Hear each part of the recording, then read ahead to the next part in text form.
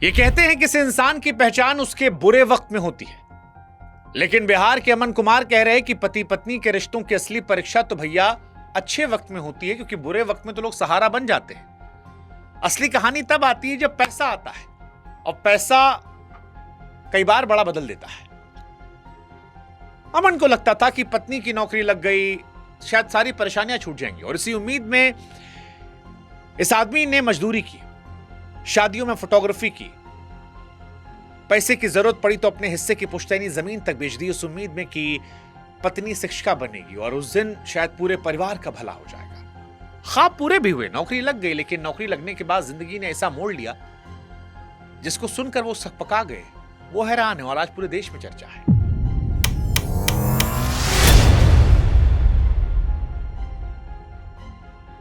पति आरोप लगा रहा है कि पत्नी 13 साल की शादी 10 साल का लड़का नौकरी लगने के बाद छोड़ दिया। वो कहते हैं कि ट्रेनिंग के दौरान पत्नी की नजदीकियां एक और आदमी से बढ़ गई, रिश्ते में दरार गहरी होती चली गई। अब हालत यह है कि 13 साल पुराना रिश्ता टूटने की नौबत पर आ गया है। मामला इतना बढ़ गया है कि हाजीपुर की सड़कों पर हंगामा हो रहा है, लोग मजा ले रहे हैं, मोबाइल कैमरे निकाल रहे हैं। बहुत सारे लोग इस मामले की तुलना ज्योति मौर्य केस से कर रहे हैं, और इस तमाशे के बीच एक 10 साल का बच्चा भी है। वो 10 साल का बच्चा जो अपनी मां पर आरोप लगते देख रहा है और अपने पिता के संघर्ष के बाद उसे अकेला देख रहा है। वो बच्चा जो ये सुन रहा है कि पिता जब जाते थे मां से मिलने और लौट कर आते थे तो कोई और मर जाया करता था। वो बच्चा जिसने अपने पिता को बताया कि हमारी मम्मी कहती थी कि पापा पूछें कौन थे तो कहते ना मामा आए थे।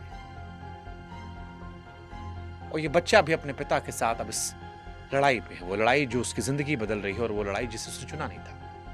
ऐसे में आज पूरे देश में सवाल यह है कि क्या सचमुच ये एक और ज्योति मौर्य कहानी है? इस मामले में कुछ और भी है जिसे सिर्फ भावुकता से नहीं और आगे बढ़ के देखना चाहिए, क्योंकि कुछ आरोप पत्नी के रिश्तेदारों ने भी लगाए हैं। लेकिन आप में से जो लोग नहीं जानते मामला क्या, उन्हें आज हम समझाते हैं, क्योंकि ये कहानी पति पत्नी वो की आती है। नमस्कार, आपके साथ मैं हूं शुभांकर मिश्रा और ये कहानी है अमन कुमार और गुंजन कुमारी की। साल 2013 में इन दोनों की शादी होती है। जिस वक्त ये शादी होती है उस वक्त गुंजन इंटरमीडिएट पास थी, पढ़ना चाहती थी उस बिहार में जहां पर गाना बजता था कि बबुनी के लागल बस साहर के हवा और रे पढ़ावा। आज बहुत लोग मजा लेके लिख रहे हैं। हालांकि 2-4 घटनाओं से आप महिलाओं का हक नहीं छीन सकते, लेकिन यह भी सच है कि कई बार कुछ घटनाएं आती हैं जो कितनों के हक को मार जाती है, अंदाजा नहीं है। ज्योति मौर्य केस में ये हुआ था, इस वाले केस में भी आहट वही आ रही है। बताया जा रहा है कि परिवार की आर्थिक स्थिति मजबूत नहीं थी, लेकिन अमन को लगा कि पत्नी पढ़ने में तेज है, इंटरमीडिएट पढ़ के आई है, अगर इसको पढ़ा लिखा दिए तो ये घर परिवार संभाल लेगी, परिवार को फायदा होगा। इसी सोच के साथ घर की जिम्मेदारी अपने ऊपर ली। बच्चा हो गया था, घर चलाने के लिए मजदूरी की, शादी में फोटोग्राफी की, काम मिला, समय बीतता चला गया, पढ़ाई आगे बढ़ी, खर्च बढ़ा। लेकिन अमन कहते हैं कि वो सब मैनेज कर रहे थे अच्छे दिन की उम्मीद में। इसी चक्कर में अपने हिस्से की पुश्तैनी जमीन तक बेची कि ये कुर्बानी जो आज हो रही है कल काम आ जाएगी। गुंजन पढ़ाई करती हैं, बीएड करती हैं, बीपीएससी शिक्षक भर्ती परीक्षा की तैयारी करती हैं। सालों की मेहनत, इंतजार और उम्मीद के बाद वो दिन आया जिसका पूरा परिवार इंतजार कर रहा था। गुंजन का चयन जो है बीपीएससी शिक्षक भर्ती में हो गया। अब ये सिर्फ नौकरी थोड़ी थी, ये तो उस संघर्ष का नतीजा था जिसे अमन और उसका परिवार कई सालों से जी रहा था, इनकी मेहनत के साथ। लेकिन जैसे ही लगा कि जिंदगी अब बेहतर होगी, सारा खेल गड़बड़ हो गया। अमन सोच रहे थे कि अब तो मुसीबत का दौर खत्म, लेकिन यहीं पर रिश्ता बदल गया। पहले जैसी बातचीत नहीं रही, साथ समय कम बिताया जाने लगा, बहाने ज्यादा बढ़ने लगे। अमन को लगा कि धीरे धीरे गुंजन जो है वो उनसे और उनके बेटे से दूर हो रही है। जिस परिवार को वो सालों की मेहनत से मजबूत होता देखना चाह रहे थे, वो परिवार उनकी नजरों में बिखर रहा था, और उनके मन में सवाल आना शुरू हुआ कि भैया हुआ क्या। मीडिया रिपोर्ट्स की माने तो गुंजन से संपर्क साधने की कोशिश की गई। गुंजन अब तक तो कुछ नहीं कही है, लेकिन अमन ये कहते हैं कि पति पत्नी के बीच की लड़ाई नहीं थी, इसकी वजह थी एक और आदमी का आना ट्रेनिंग के दौरान। वो कहते हैं कि जो बदलाव उन्हें महसूस हो रहा था वो दरअसल शिक्षक बनने के बाद जब ट्रेनिंग चल रही थी तो उनकी पत्नी की नजदीकियां एक प्रकाश जायसवाल नाम के आदमी से पड़ गई। वो दोनों एक दूसरे जानते थे, लेकिन संपर्क ज्यादा बढ़ा, उठना बैठना, आना जाना, फिर घर आना जाना, और इतना बढ़ गया कि जब वो पत्नी से मिलकर लौटते तो वो आके उनके घर में रहने लगते। फिर पतिदेव कह रहे हैं कि बेटे ने भी बहुत सारी बातें बताई। बताते हैं कि बेटा कहता था कि एक आदमी आते थे घर, एक अंकल कई दिन रुकते थे। हालांकि ये पति के दावे हैं, लेकिन बेटा क्योंकि साथी में है हर जगह पर, और यहीं से कहानी बढ़ती चली गई। वो कह रहे हैं कि अब एक दूसरा आदमी आ गया, पत्नी के भी चीखने चिल्लाने, नाराजगी के वीडियोस वायरल हो रहे हैं। फिर कहते हैं कि एक रोज उन्होंने इन दोनों को पकड़ लिया साथ में, जनवरी 2025 में। दरअसल गुंजन दार्जिलिंग घूमने की बात करे थे और बेटे को इनके पास छोड़ गई थी, और वहीं उन्हें लगता है कि सब कुछ नॉर्मल नहीं था, और यही दार्जिलिंग वाली कहानी में पूरा खेल हो गया। अमन ये आरोप लगाते हैं कि जिस ट्रिप के बारे में उन्हें बताया गया था, हकीकत अलग थी। गुंजन वहां अकेले नहीं, उसी व्यक्ति के साथ गई जिस पर वो आरोप लगा रहे हैं। अमन कहते हैं कि यहां से सब खुल्लम खुल्ला शुरू हो गया। हमारी बातचीत कम हुई, विवाद बढ़ने लगा, वो तलाक मांगने लगी, आगे जाने लगी। जब ये दूरी बढ़ने लगी तो इसको समझने के लिए एक दिन वो हाजीपुर के उस किराए के मकान पहुंच गए, जहां से इस विवाद ने घर की चारदीवारी से निकलकर इस मामले को देश दुनिया तक पहुंचा दिया। अमन कहते हैं गुंजन जो है वो हाजीपुर के एक किराए के मकान में थे। 23 मई को उस मकान तक वो पहुंचे। अमन ये कहते हैं कि मकान में पहुंचने के बाद गुंजन को शख्स के साथ घर में देखा, जिसके बारे में उन्हें शक था कि वो दार्जिलिंग साथ गया था।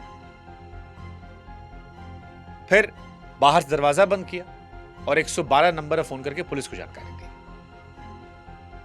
पुलिस के पहुंचने से पहले ही आसपास के लोगों को भनक लग गई। धीरे धीरे लोग इकट्ठा हुए, मामला गर्म हुआ, भीड़ जुटी। अमन का दावा है दरवाजा खुला, हालात बदले, धक्का मुक्की हुई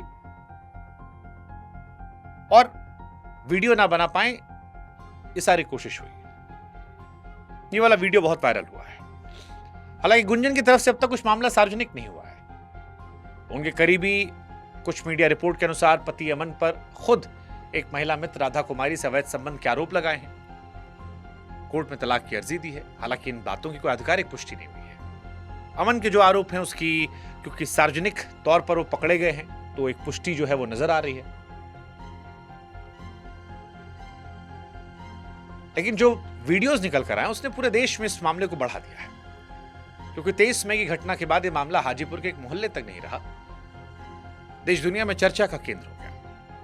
एक पति अपनी पत्नी पर आरोप लगा रहा है, जमीन बेचकर पत्नी को पढ़ाने की कहानी आ रही है, 13 साल पुरानी शादी टूटने की बात आ रही है, और यही वजह है कि बहुत सारे लोग इस मामले को ज्योति मौर्य से जोड़ रहे हैं। देखा जाए तो दोनों मामलों में एक समानता तो है। एक पति का दावा कि पत्नी को अपनी हैसियत से आगे पढ़ाया लिखाया, करियर में निवेश किया और कामयाबी मिलते पत्नी बदल गई। हालांकि इस मामले में एक बड़ा अंतर यह भी कि यहां 13 साल का रिश्ता था, 10 साल का एक बच्चा भी है जिसका पूरा बचपन इस ड्रामे की भेंट चढ़ गया। लोग राय दे रहे हैं, मजाक उड़ा रहे हैं, लेकिन आरुष के बारे में कोई बात नहीं कर रहा। 10 साल का बच्चा, इससे कोई गलती नहीं थी। और जब किसी रिश्ते में एक बच्चा भी शामिल हो जाए तो कहानी सिर्फ दो लोग की नहीं रहती है। इसीलिए कहानी सिर्फ अमन गुंजन की नहीं है। सवाल यह भी कि आखिर इस पूरे विवाद पर आरुष पर क्या असर पड़ा होगा। क्योंकि पति पत्नी लड़ते हैं तो लोग खाली पति पत्नी की बात कर रहे हैं, किसने धोखा दिया, कौन चीट कर रहा था, कौन फरेबी, पता नहीं। पर ये बच्चा तो इन दोनों का था। अमन कह रहा है कि पिछले कुछ समय से वो अपने बेटे के साथ रह रहे हैं। बच्चे ने भी मां के साथ जाने से इनकार कर दिया है। और कई बात ये भी निकल कर आई है जहां पर पत्नी जो है उसे बाप का चमचा कहकर भेजती थी। हालांकि 10 साल के बच्चे के बयान को अंतिम सच मानना तो जल्दबाजी होगी। कई बार बच्चे मानसिक दबाव में, बहकावे में आते हैं, लेकिन भविष्य तो बच्चे का बर्बाद हो गया। क्योंकि हमारे यहां कहावत कहते हैं कि मां मर जाए तो बाप पड़ोसी हो जाता है। यहां तो कहानी उल्टी हुई। हालांकि हमारे कहते हैं ना कि पूत का पूत सुने, माता सुनी ना कुमाता। बच्चे क्या होगा पता नहीं। फिलहाल वो हॉस्टल में रहकर पढ़ाई कर रहा है। जिंदगी उसकी बदल चुकी है। कभी मां पिता दोनों साथ थे, अब दोनों दूर है। सोशल मीडिया पर तमाशा है, जिंदगी तमाशा है, कौन गलत कौन सही से आगे जब घर के बड़े और अपने लोग ही बच्चे का भविष्य बर्बाद करने लगे तो फिर सवाल गहरा हो जाता है। और आयुष इस कहानी का सबसे शांत लेकिन एक इंपॉर्टेंट हिस्सा है। एक तुलना ज्योति मौर्य कहानी से भी है। क्या ये केस ज्योति मौर्य जैसा है? हाँ, लगभग वैसा ही है। पति पत्नी के लिए मेहनत किया, करियर दांव पर लगाया, वहां भी यही था, पत्नी को सरकारी नौकरी मिली तो रिश्तों में दूरी आ गई, कोई और आ गया। अमन के मामले में भी यही है, लेकिन क्या पूरा एक तरीके से नहीं। अमन ने जमीन बेची है, मजदूरी की है, 10 साल का बच्चा भी है, तो पूरी तरह तो नहीं एक जैसा मामला है, लेकिन फिर भी मूल कहानी जो है वो यही है। लेकिन वो बात बड़ी गहरी है कि बुरे वक्त में साथ दे गए, अच्छे वक्त में क्यों नहीं दे पाए। ये बड़ा परेशान करने वाला है।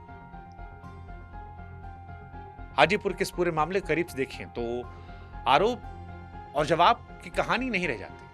अमन की तरफ से लगाए गए आरोप, गुंजन की नौकरी, 13 साल का रिश्ता, जमीन बेचने वाला दावा, ट्रेनिंग, एक ऐसी कहानी बनाते हैं जिससे हर आदमी अपने नजरिए से देख रहा है। किसी को इसमें ऐसा पति दिख रहा है जिसने औकात से बढ़कर मेहनत की। कई ऐसे हैं जो कह रहे हैं कि भैया अब नहीं पढ़ाएंगे पत्नी। कई कह रहे हैं कि एक तरफा कहानी है, पत्नी का पक्ष भी आने दीजिए। वीडियो कह रहा है कि पत्नी पकड़ी तो गई है, एक 10 साल का बच्चा भी है जिससे लड़ाई चुनी नहीं थी, इस बहस का हिस्सा बनना नहीं चुना था, पर उसकी जिंदगी भी लग पड़ी है। सोशल मीडिया की अदालत ने अभी इस केस को पकड़ा है, कुछ दिन में और केस पकड़ लेंगे। लेकिन जो चिंता होनी चाहिए वो ये कि इस शोर के बीच में बच्चे का क्या होगा।